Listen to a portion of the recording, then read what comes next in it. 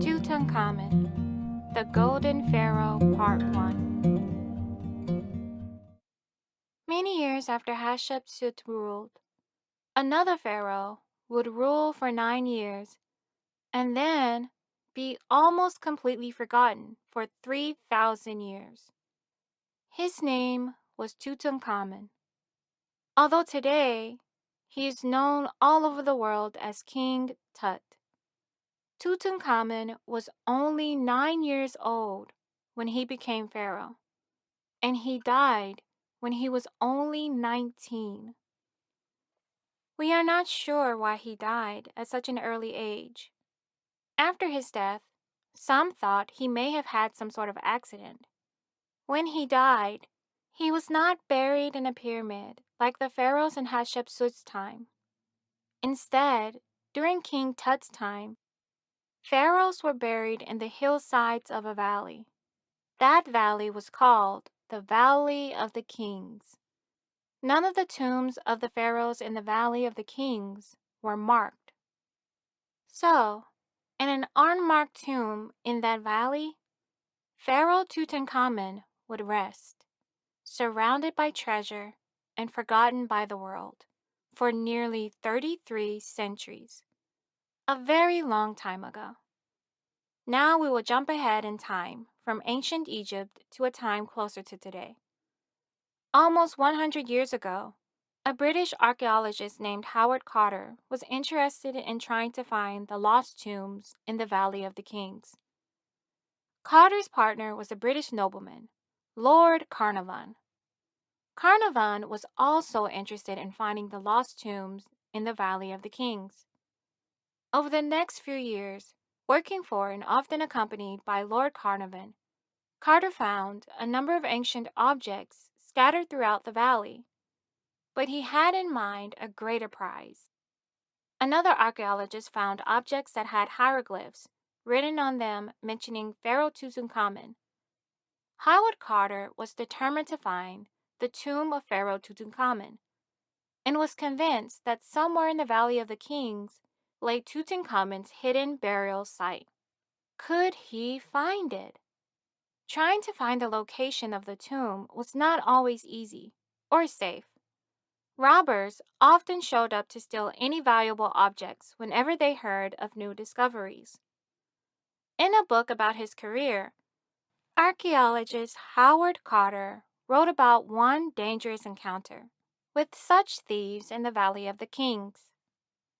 A band of robbers had learned of a discovery, and on a moonlit night, the thieves crept through the shadows of the valley, determined to steal whatever they could carry away.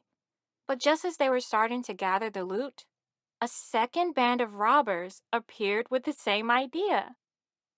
Instantly, the two gangs attacked one another in a fierce battle, there in the moonlight, amid the burial sites of the ancient pharaohs.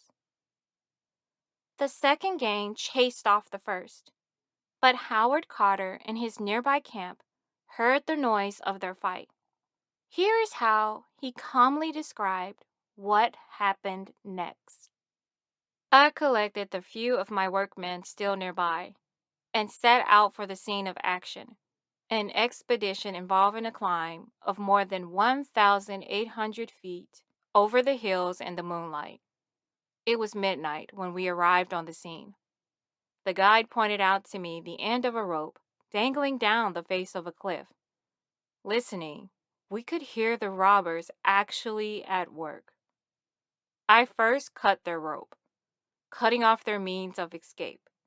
Then, making secure a good stout rope of my own, I lowered myself down the cliff. There were 8 robbers at work, and when I neared the bottom, there was an awkward moment or two. Eventually, the robbers saw reason and departed. The rest of the night I spent guarding the spot. For 6 years, archaeologist Howard Carter searched for the tomb of Pharaoh Tutankhamun.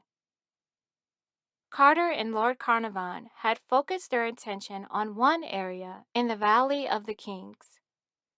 All that was left was the ground beneath some huts, in which ancient workers had lived while digging the royal tombs.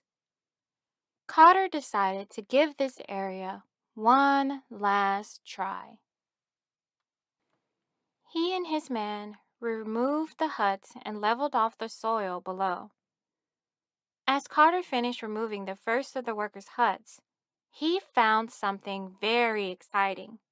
For there, lost to the world for nearly 33 centuries, and almost overlooked by Carter and his partner Carnarvon in 6 years of digging, was a stone staircase leading down into the rocky floor of the valley.